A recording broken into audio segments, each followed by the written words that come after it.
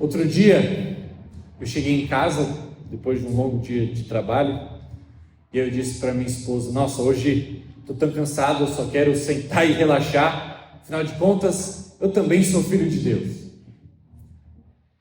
Ela olhou para mim e muito sabiamente disse: ah é? Então sobe numa cruz e morre, porque é isso que o Filho de Deus fez.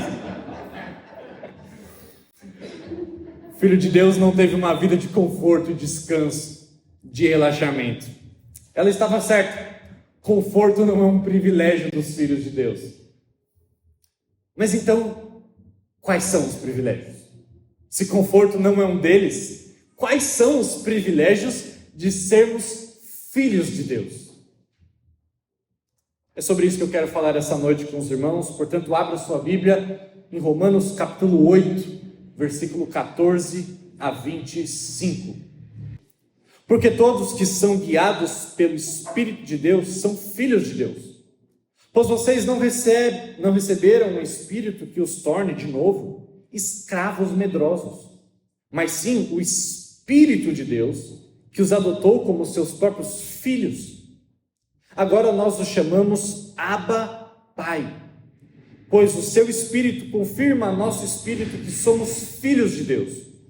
Se somos seus filhos, então somos seus herdeiros, e portanto co-herdeiros com Cristo. Se de fato participamos de seu sofrimento, participaremos também de sua glória. Considero que nosso sofrimento de agora não é nada comparado com a glória que ele nos revelará mais tarde. Pois toda a criação aguarda com grande expectativa o dia em que os filhos de Deus serão revelados. Toda a criação, não por vontade própria, foi submetida por Deus a uma existência fútil, da esperança de que, com os filhos de Deus, a criação seja gloriosamente liberta da decadência que a escraviza. Pois sabemos que até agora, toda a criação geme, como em dores de parto. E nós, os que cremos, também gememos, embora tenhamos o Espírito em nós, como antecipação, ou dependendo da sua versão, primícias da glória futura. Pois aguardamos ansiosos pelo dia em que desfrutaremos nossos direitos de adoção, incluindo a redenção de nosso corpo. Recebemos essa esperança quando fomos salvos. Se já temos alguma coisa, não há necessidade de esperar por ela. Mas se esperamos por algo que ainda não temos, devemos fazê-lo com paciência e confiança. Essa é a palavra do Senhor. Os romanos, antigamente, eles eram acostumados com a adoção. A adoção geralmente acontecia em casos em que um homem rico, ou um homem que tivesse posses, não tivesse herdeiros. Nesse caso, então, era possível a adoção de alguém para ser, então, o seu herdeiro. E esse herdeiro poderia ter qualquer idade, não precisaria ser uma criança, obviamente.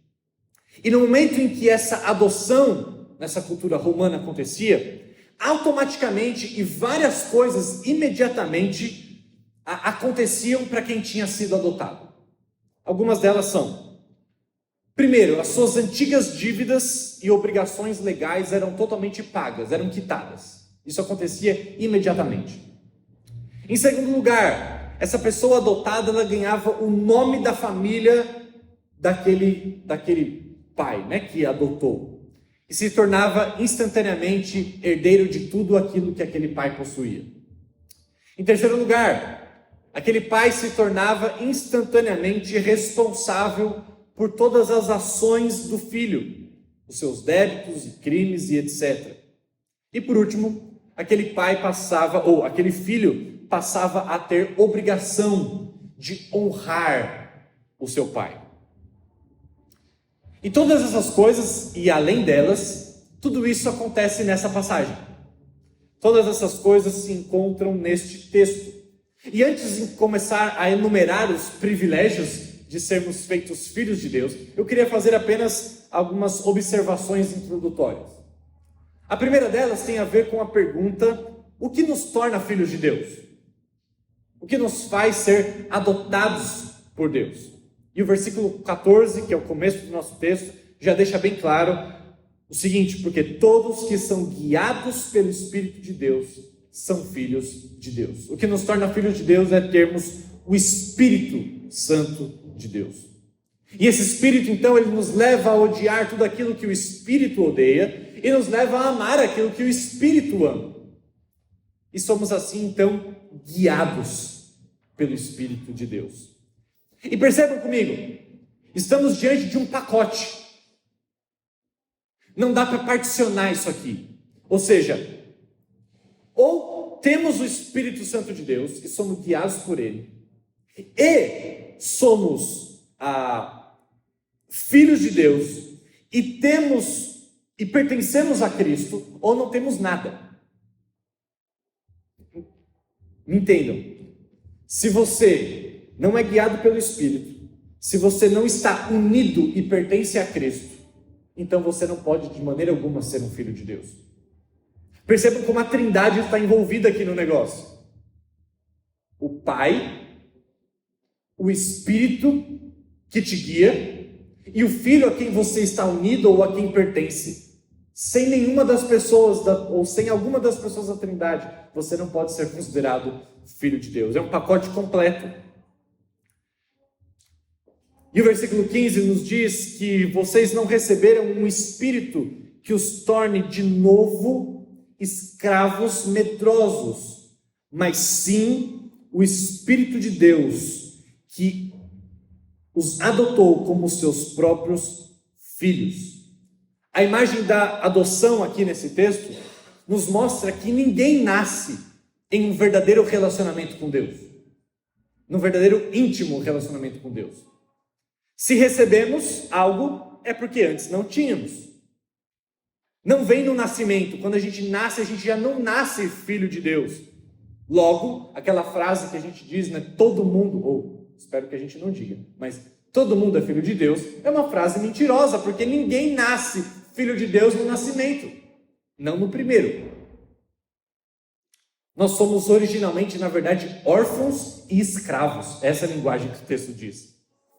Não nascemos automaticamente filhos de Deus, enquanto não somos guiados pelo Espírito, enquanto não somos unidos a Cristo. A imagem de adoção também nos mostra que o nosso relacionamento com Deus é baseado completamente num ato legal do Pai, de nos adotar, de colocar o nome dele no nosso nome. Agora nós pertencemos à família de Deus e esse ato é um ato legal. Você não conquista isso, você não negocia isso. Não há nada que o filho faça para merecer a sua adoção ou para ganhar esse novo status. É algo simplesmente recebido e recebido sem mérito. É assim que a adoção funciona. A adoção é um ato legal da parte do pai e altamente custoso para ele. A gente sabe o preço que Deus pagou para nos adotar. João capítulo 1, versículo 12 diz que todos aqueles que recebem a Cristo, que creem em seu nome, então para esses que creem no nome de Cristo e o recebem, lhes é dado o direito de serem chamados filhos de Deus. Então, antes de começar a falar dos benefícios de sermos filhos, deixa eu falar quem são os filhos. São aqueles que recebem a Cristo, que são guiados pelo Espírito Santo de Deus. Esses sim, são filhos de Deus e não é todo mundo. Todos que creem e recebem a Cristo, recebem o direito de serem chamados filhos de Deus. Agora sim, eu quero trazer 7 privilégios que o texto nos fala, alguns mais escancarados, outros mais escondidinhos, mas 7 privilégios de sermos filhos de Deus. Nesse texto. Alguns eu vou gastar mais tempo, outros eu vou passar mais rápido, mas no todo serão 7. O primeiro privilégio é a segurança. O versículo 15 que lemos diz: pois vocês não receberam um espírito que os torne de novo escravos medrosos, mas sim o Espírito de Deus, que os adota como próprios filhos. Agora nós os chamamos Abba Pai. Ou seja, não devemos mais ter medo, mas desfrutar a segurança da adoção. É isso que o texto nos fala. O empregado ou servo, basicamente obedece o seu senhor por medo de punição, ou medo de perder o emprego, ou por alguma outra coisa. Mas um relacionamento de pai e filho não é caracterizado pelo medo de se perder o relacionamento. Pai e filho não funciona desse jeito. É a segurança de sermos filhos de Deus que nos torna obedientes. E não o medo de deixar de sermos filhos que nos torna obedientes. Entendem? Nós não temos medo de deixar de sermos filhos de Deus e, portanto, nós queremos obedecer. É muito pelo contrário. É a segurança de que nós somos feitos filhos de Deus por intermédio do Espírito e de Cristo, é que então nós queremos obedecer ao nosso Pai. O que nos motiva é o relacionamento, não medo. Eu tenho pregado isso algumas vezes aqui. Paulo está aí mostrando então nesse texto duas maneiras pelas quais podemos abordar a vida como cristãos. Ou como escravos, ou como filhos. Só existem essas duas possibilidades. Ou você aborda a vida cristã da perspectiva de um escravo, com medo, querendo conquistar a aprovação de Deus pelo seu desempenho, ou você trata Deus como um pai e se relaciona com Ele de uma maneira graciosa e não meritória. O versículo 15 nos fala de dois espíritos. O espírito da escravidão, que ele diz, os filhos de Deus não mais têm esse espírito, mas capacitados pelo Espírito de Deus, nós agora podemos ser conhecidos como os filhos dele. Isso me leva à seguinte aplicação. É possível que você, que já é um filho de Deus, já é alguém salvo e perdoado por Jesus Cristo, é possível que você, em algum momento, se acabe se encontrando numa situação em que a sua mentalidade é uma mentalidade de escravo. Uma mentalidade que quer apaziguar a Deus. Uma mentalidade que quer fazer alguma coisa para que Deus não o puna. Uma mentalidade que quer fazer alguma coisa para que Deus então o abençoe. Isso é uma questão de aceitação com base no desempenho, e não é isso que o Espírito de Deus faz. Agindo como se a bênção de Deus fosse mantida ou aumentada ou prejudicada de acordo com a nossa performance. Na parábola do filho pródigo, lá em Lucas 15, o filho mais novo rejeita a família, vai desperdiçar toda a sua herança numa vida desregrada. Então ele cai em si e ele toma conta do seu pecado e ele diz o seguinte: ele decide voltar para casa, mas não espera que ele seja digno de ser chamado de filho pelo seu pai. E ele então planeja que ele quer chegar para o seu pai e dizer: pai, me aceita apenas como um dos seus servos, apenas como um de seus trabalhadores, me mantém apenas como um servo contratado. É bastante natural que pessoas que se aproximam de Deus, incluindo cristãos professos, acreditem basicamente na mesma coisa. Talvez no nosso coração estejamos dizendo: certamente eu não sou digno de ser filho de Deus. Tudo que posso esperar é trabalhar como seu empregado. Se eu tiver um bom desempenho, então Deus vai me pagar o meu salário. Ele responderá minhas orações, me dará o seu favor, vai me proteger. Mas se eu tiver um desempenho ruim, então ele me demite. Assim como o filho mais novo daquela parábola pensou. Mas não é assim que pai lida com o filho. Não é assim que o Evangelho trata nosso relacionamento com Deus. Um filho nunca tem medo de ser demitido. Até os pais humanos dizem coisas como: olha, independente do que ele ou ela tenha feito, ele ainda continua sendo meu filho. Ela ainda continua sendo minha filha. O relacionamento é baseado em amor incondicional e não em padrões de desempenho. O espírito de filiação do qual Paulo tem falado aqui é uma capacidade que o Espírito Santo nos dá de nos aproximarmos de Deus com esse relacionamento de graça, um relacionamento imerecido. Não chamando Deus de nosso chefe, mas de nosso Pai. Em nosso estado natural, nós só conseguimos nos aproximar de Deus com o espírito de medo, com base em nosso desempenho, mas o Espírito Santo tira essa postura de nós. É isso que Paulo diz no versículo 15. O Espírito Santo nos dá um espírito de adoção, de filiação. É por meio do Espírito que o texto diz que clamamos Abba, Pai, que significa paizinho. É um termo que se refere à intimidade. E aqui está uma diferença entre o espírito de um escravo e o espírito de um filho, na maneira como lida com o seu senhor ou com o seu pai. O escravo, ele obedece por obrigação. Ele obedece porque tem que obedecer. O filho, ele deveria obedecer por amor e alegria no seu pai. O escravo trabalha sob medo de ameaça ou punição ou perda de algum privilégio. O filho, ele é disciplinado e não é retribuição, mas uma amorosa instrução.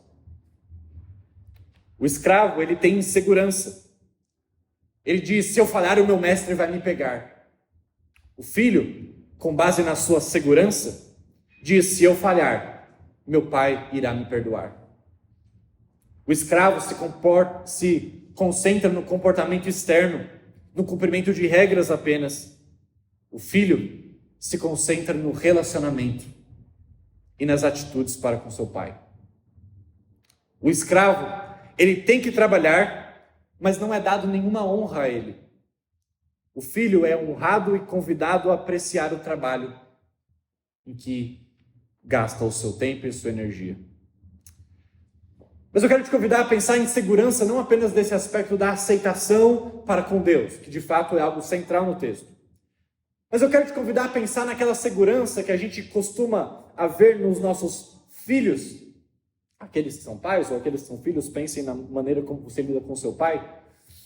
De em situações de perigo, quando os filhos confiam e têm uma segurança até inexplicável em seus pais, de que apenas às vezes dar a mão para o seu pai é suficiente. Às vezes apenas o pai estar junto.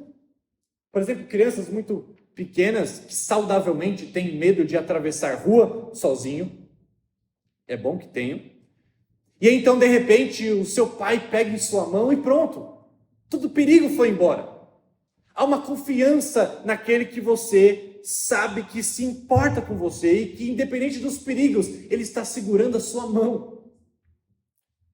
Não é uma segurança de que nada, pensando na nossa filiação para com Deus, não é uma segurança do tipo que nada ruim pode nos acontecer. Não, não é isso. Mas de que nós não estamos sozinhos e que o nosso Pai apenas permitirá que nós passemos por aquilo que servirá para o nosso bem. Esse é um privilégio. Nós temos segurança de que somos filhos de Deus, não baseado nos nossos méritos, mas por meio do Espírito e de Cristo, que nos faz filhos dele.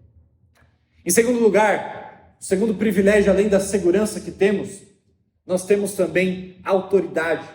O texto diz que nós somos mais escravos e sim filhos. E uma grande diferença de um escravo e de um filho é porque o escravo não tem autoridade na casa, mas um filho sim. Não autoridade sobre o seu pai, mas autoridade sobre a casa, de um modo geral. Um escravo só pode fazer aquilo que lhe foi ordenado. Mas numa relação familiar não é assim que acontece. E aí, pensando num aspecto espiritual da coisa, os filhos recebem autoridade sobre o pecado. Os filhos recebem autoridade sobre o diabo. Isso nos é dado porque somos feitos filhos de Deus. Eles devem mover-se pelo mundo sabendo de que todas as coisas estão debaixo do governo do seu pai. Filhos têm a honra de levar o nome da família de Deus. É um status maravilhoso que é conferido a nós. Tem coisas, inclusive, que nós deixamos de fazer, e aqui me entendam, irmãos. Quando eu estou dizendo autoridade, não estou dizendo que você agora tem autoridade para fazer o que você quiser no mundo. Que você vai dizer para os espíritos saírem correndo e eles sairão, que a doença vai embora e a doença vai embora, que você vai querer ganhar mais dinheiro e de repente vai começar a ganhar mais dinheiro, porque afinal de contas seu pai é o rei do universo. Não estou dizendo isso. Eu estou dizendo autoridade sobre o pecado. Tem coisas que deixamos de fazer porque o nome da nossa família não permite. Você sabe disso? Carregamos um nome de peso e, portanto, devemos exercer autoridade sobre o pecado em nossa vida. Não somos mais escravos medrosos, é isso que o texto diz. Temos autoridade sobre o nosso antigo Senhor, porque o nosso Pai nos libertou. Podemos dizer não ao pecado. Que privilégio! Privilégio da segurança, mas o privilégio da autoridade. Em terceiro lugar, temos o privilégio da intimidade. Olha o versículo 15, a segunda parte dele. Agora nós o chamamos Abba Pai, que em aramaico significa paizinho. Um termo que as crianças antigamente usavam para se referir ao seu pai de uma maneira amorosa, de uma maneira confiante, que expressava muita familiaridade, muita intimidade. É assim que os cristãos podem se aproximar do Deus Todo-Poderoso, Criador de todo o universo, que sustenta cada átomo existindo no momento após momento. É assim que nós somos chamados a chamar a Deus de paizinho. Um termo de profunda intimidade. Certa vez, Martin Lloyd Jones escreveu: Deus não é mais para nós um Deus distante. Ele não é meramente um Deus a quem cremos intelectualmente, teologicamente, teoricamente, doutrinariamente apenas. Tudo é possível para quem não é filho de Deus. Mas para Martin Lloyd Jones, nós acreditamos no Deus como um pai. Um termo que denota intimidade, não apenas um conhecimento teórico. Temos um acesso inimaginável, íntimo, ao governante de todo o universo. E algo que eu acho muito riquíssimo é quando Jesus é questionado sobre como os discípulos deveriam se aproximar a Deus em oração. Jesus nos ensina a primeira coisa da oração do Pai Nosso, a chamá-lo Deus de Pai. Ele poderia falar: não, eu oro assim, meu Pai. Ele fala: não, Pai Nosso. Comecem assim as orações de vocês. Não tratem as orações das suas vidas como uma barganha para conseguir algo com Deus. Como um escravo se aproxima do seu Senhor. Mas se aproxime de Deus chamando de Pai. Porque dentro de Pai tem tanta coisa englobada nessa palavra. Engloba a nossa falta de merecimento, engloba a nossa segurança, engloba a intimidade, engloba que o Pai sabe o que é melhor para a gente. O nosso irmão mais velho está nos ensinando a buscar um relacionamento íntimo com o nosso Pai. Não somos apenas libertos da punição desse juiz que está no tribunal divino. Não somos apenas perdoados e deixados livres para sair do tribunal.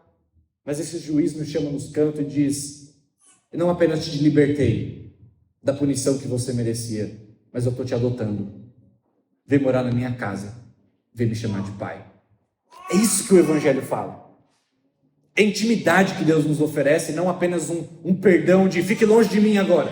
Eu já te perdoei, mas sai de perto que eu não sou trouxa. Não, não é assim que a Bíblia fala. A Bíblia fala que Deus nos chama para a casa dele e nos chama de filhos. Tim Keller costuma fazer a seguinte pergunta a um pastor americano que eu gosto muito. Ele diz assim: que tipo de gente acorda um rei às 3 horas da manhã para pedir um copo d'água? Que tipo de gente acorda um rei às 3 horas da manhã para pedir um copo d'água? E ele diz: apenas um filho tem esse tipo de acesso. Apenas um filho. É esse tipo de intimidade que podemos ter com o nosso Deus e que muitas vezes nós não aproveitamos. E nós tratamos a Deus como se fosse um ser apenas carrasco, distante, sempre prontos a nos punir. É esse tipo de acesso que temos a Deus e, de fato, isso é um privilégio. Em quarto lugar, temos o privilégio da garantia. O versículo 16 diz que o seu Espírito confirma, dependendo da sua versão, testifica com o nosso Espírito que somos filhos de Deus. Quando nós chamamos Deus de Pai, o Espírito de alguma forma vem ao nosso lado e nos dá a garantia de que verdadeiramente somos da família de Deus. Você que por alguma razão aí na sua infância teve uma preocupação de: será que eu sou mesmo filho dos meus pais? Será que eu não fui trocado? Ou se você tem um irmão mais velho que diz que você foi achado no lixo e talvez você ficou pensando, será mesmo? Com Deus nós temos a garantia que o Espírito nos dá de que de fato somos filhos dele. Traz de um testemunho interno no coração infalível, uma convicção de que somos realmente amados e pertencemos a Deus. Quão maravilhoso é ter essa confirmação e essa garantia. O Espírito nos garante isso. Logo é possível de que termos certeza de que somos filhos e, portanto, habitaremos com nosso Pai por toda a eternidade. Podemos ter essa certeza, sim. Que privilégio! Termos a garantia de que somos filhos de Deus. Em quinto lugar, mais um privilégio, o privilégio da semelhança. Acompanhe comigo o versículo 17. Se somos seus filhos, então somos seus herdeiros e, portanto, co-herdeiros com Cristo. Agora, se de fato participarmos de seu sofrimento, participaremos também da sua glória. Participarmos dos sofrimentos. Os cristãos sofrerão não apenas as dores que as outras pessoas enfrentam, mas especificamente porque são irmãos e irmãs de Cristo e, portanto, participam do sofrimento de Cristo, à sua semelhança. Cristo enfrentou a rejeição por causa de quem ele era, por causa do que ele veio fazer, por causa do que ele veio pregar. Então nós, de igual modo, sofreremos, ainda que de maneira muito menor, os sofrimentos que Cristo sofreu. Da mesma forma, a família de Cristo sofrerá enquanto vive para ele, enquanto fala dele. Vamos ser como ele, a Bíblia nos diz. E Deus trabalha em nós, através das circunstâncias, através dos sofrimentos, para que sejamos moldados à imagem de Jesus. É isso que Paulo vai falar um pouco mais à frente, no versículo 29 desse mesmo capítulo. Embora sejamos adotados, Deus realmente implanta em nós a natureza dele. Como filhos de Deus, na verdade, nos assemelhamos ao filho mais velho, o nosso irmão Jesus Cristo. É isso que Deus está comprometido em fazer com a minha e a sua vida através do sofrimento. À medida que carregamos a semelhança familiar do sofrimento, nós nos tornamos cada vez mais como nosso irmão mais velho e como nosso pai, em nosso caráter, em nossas atitudes. É o privilégio da semelhança.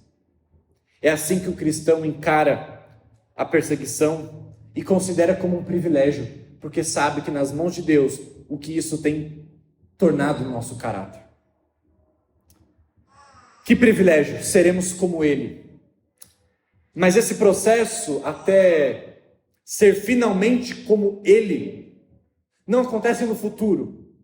Esse processo começa agora. Isso nos leva ao próximo privilégio, o privilégio número 6, que é o privilégio da disciplina, que não está tão evidente no texto, mas que não tem como falar de semelhança sem falar de disciplina, porque nós só podemos chegar à semelhança de Jesus Cristo se o nosso Pai que nos ama nos disciplinar para isso. Algo que fica claro lá em Hebreus capítulo 12, versículo 9 a 10, que diz: nós todos temos pais que nos disciplinaram, mas Deus nos disciplina para o nosso bem. Participar dos sofrimentos de Cristo envolve sermos disciplinados por nosso Pai. Bons pais sempre disciplinam os filhos, mesmo que o mundo diga o contrário. Quando nossos pais nos disciplinam, eles permitem e introduzem uma certa quantidade de dor em nossa vida, para ensinar a nós, filhos, a fugir de um comportamento que levará a mais dor no futuro. É isso que é a disciplina. Bons pais não usam de autoridade de maneira egoísta, apenas para se sentir que estão no controle das coisas. Mas também bons pais não deixam de disciplinar os seus filhos apenas para satisfazer a sua necessidade de ser aprovado, para ser amado pelos seus filhos. Bons pais não fazem nenhuma dessas duas coisas. Portanto, é um privilégio, embora doloroso, sermos disciplinados por Deus. É um privilégio, porque o nosso Pai é o Pai mais amoroso que existe no universo. E nós temos o último privilégio de sermos filhos de Deus, e eu gastarei um tempo maior aqui. é o privilégio da herança. Talvez um dos mais ricos privilégios. O versículo 17 diz: se somos seus filhos, então somos seus herdeiros e, portanto, co-herdeiros com o nosso irmão mais velho, Cristo Jesus. Isso significa que diante de nós está um futuro incrível. Naquela época, o herdeiro da casa era o mais velho, e ele recebia a maior parte da herança do seu pai. E quando Paulo diz aqui que todos nós somos chamados herdeiros e co-herdeiros com Cristo, que é o nosso irmão mais velho, somos igualmente co-herdeiros com Cristo. Percebe o que ele está falando? O irmão mais velho recebia a maior parte da herança, mas Paulo está dizendo, é como se cada um de nós recebesse a maior parte da herança. Porque Deus tem uma herança infinita. Nós podemos receber, parece que a nossa parte da herança de glória, que a gente não consegue nem contabilizar o seu valor. Agora, Paulo conecta essa glória que receberemos como herança com o sofrimento. Paulo não desassocia essas coisas. Paulo fala que está junto no mesmo pacote. O sofrimento da era presente com a glória que há de ser revelada.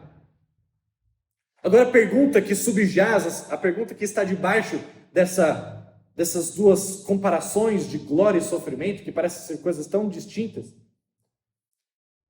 está a pergunta, mas será que vale a pena? Será que vale a pena uma glória futura pelo sofrimento que eu passo no presente por conta do nome de Cristo? Será que vale? E aí Paulo vai tentar mostrar que sim. A herança vale a pena toda a dificuldade e o sofrimento de viver como filho de Deus nesse mundo. E o versículo 18, Paulo nos diz, nosso sofrimento presente nem ao menos se compara com a glória a ser revelada em nós. Paulo está dizendo, se você sabe para onde você está indo no futuro, você não irá nem ficar entretido com a ideia de que o sofrimento presente e a dor não valem a pena. Isso nem passará pela sua cabeça. E no versículo 19 ele acrescenta dizendo que a criação, até a natureza, espera ansiosamente a revelação dos filhos de Deus. Há uma glória vindo, e será tão poderosa essa glória, que quando cair sobre nós, não vai envolver apenas os seres humanos, mas toda a ordem criada glorificará junto conosco. Traremos a natureza junto conosco a uma realidade renovada, restaurada e redimida. Por enquanto, porém, a criação, no versículo 21, Paulo diz que está em decadência que a escraviza. A criação foi afetada também pelos efeitos do pecado. Mas ela geme com dores de parto, o versículo 22 diz, esperando o dia da revelação, da manifestação dos filhos de Deus. Até a natureza, desfrutará conosco do tamanho da glória que há de ser revelada em nós. E a natureza geme com dores de parto, esperando que os verdadeiros filhos de Deus sejam revelados. À medida que a vida nasce, parto, lembra? Paulo diz aqui das dores de parto. E a vida se perde na morte, a dor e miséria. E é isso que o mundo tem enfrentado, a dor e miséria. Nesta criação, nenhuma experiência está isenta de dor, mesmo que seja apenas a dor de saber que qualquer coisa tem tempo de validade aqui na Terra. Mas nada disso é a última palavra, Paulo fala. A glória que há de ser revelada é maior. A própria criação, diz no versículo 21, será liberta e trazida à gloriosa liberdade dos filhos de Deus. Em vez de dor, haverá alegria. É por isso que a melhor metáfora para o estado atual da criação, de fato, é um parto. As dores não são sem sentido, porque o mundo está dando luz a uma nova versão de si mesmo. É isso que nos espera, não apenas para nós seres humanos, mas até para a criação tão belamente formada por Deus. Esse é o futuro que nós podemos esperar. Essa é a resposta que Paulo dá se as dores do sofrimento valem a pena em comparação com a glória futura. E até a criação sabe disso. Até a criação sabe que vale.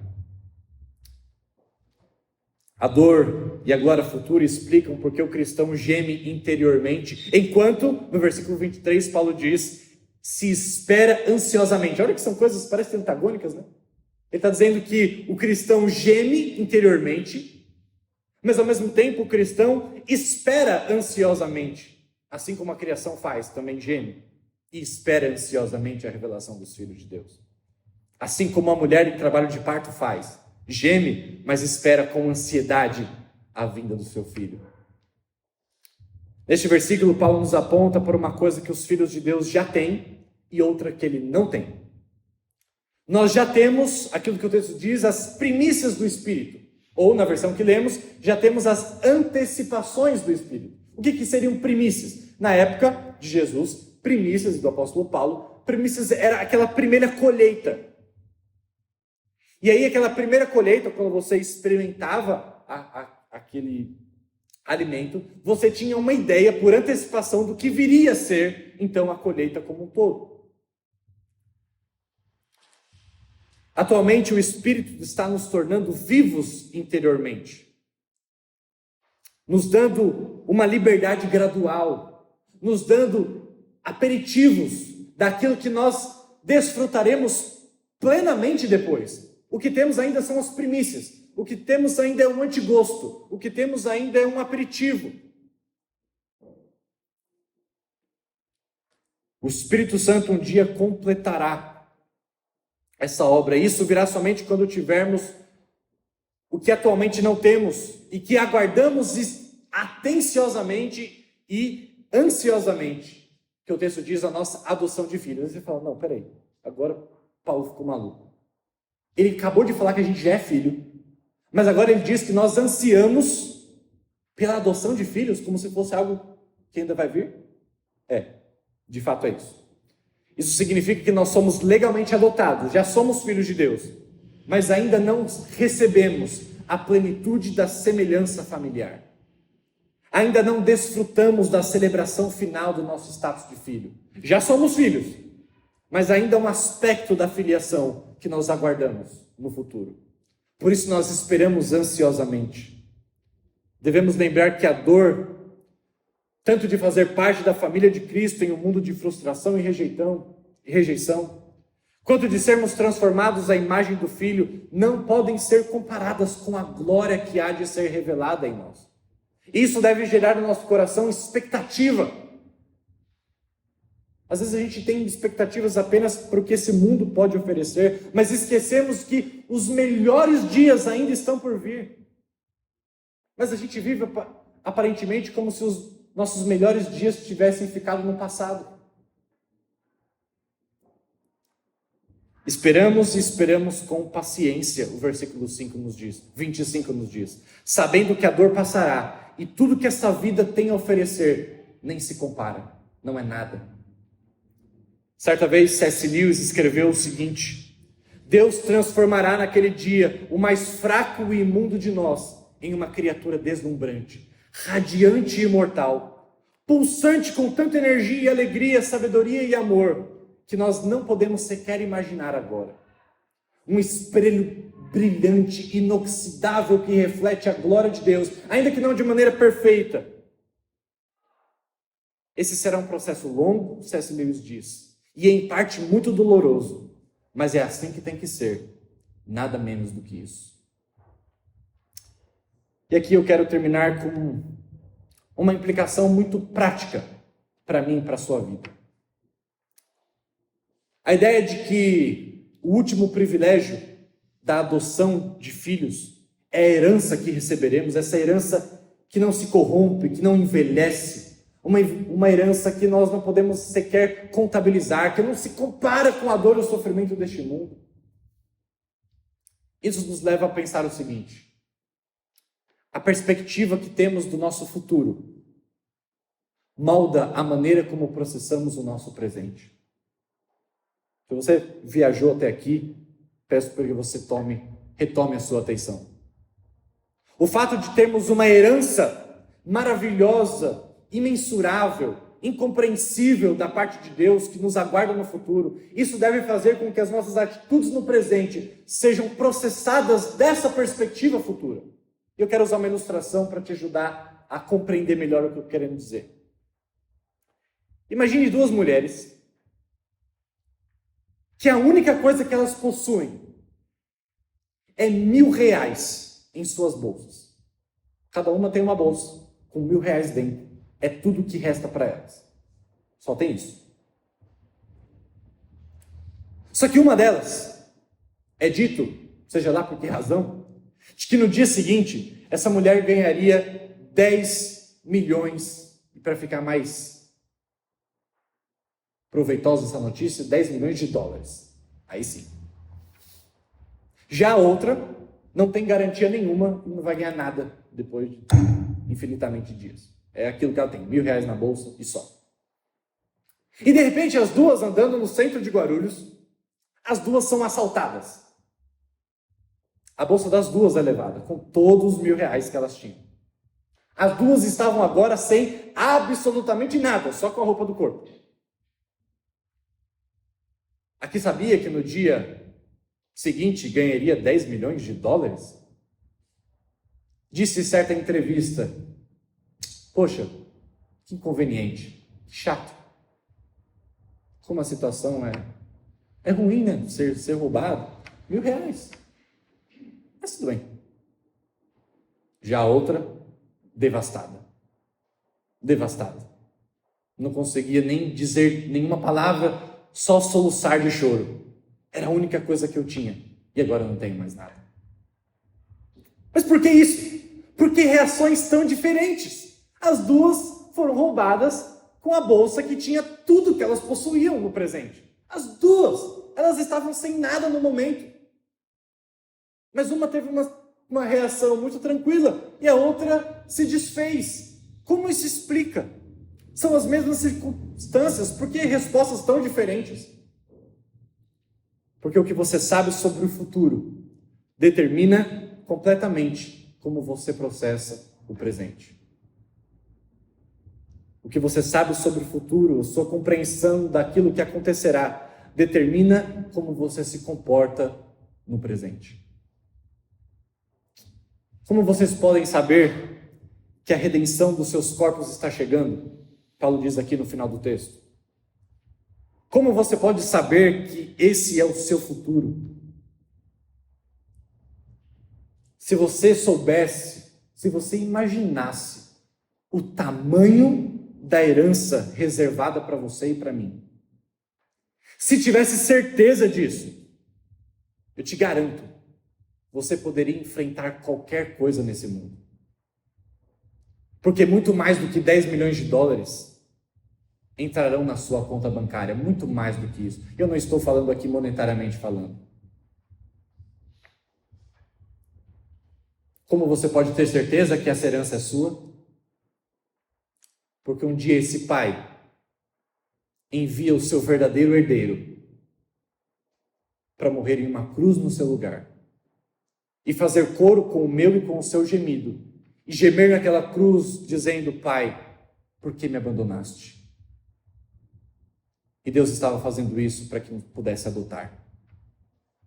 O gemido do Filho, o gemido do Espírito Santo que aparece nesse texto, são os gemidos que nos dão convicção e garantia e certeza de que a nossa herança está reservada para nós. E essa herança deve fazer com que nós lidemos com qualquer coisa do nosso presente com outros olhos que o mundo não pode ver.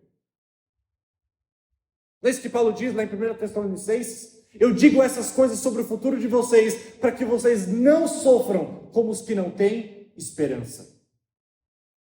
Sofrermos como quem não tem 10 milhões na conta que vai entrar amanhã é desprezar a herança reservada para nós.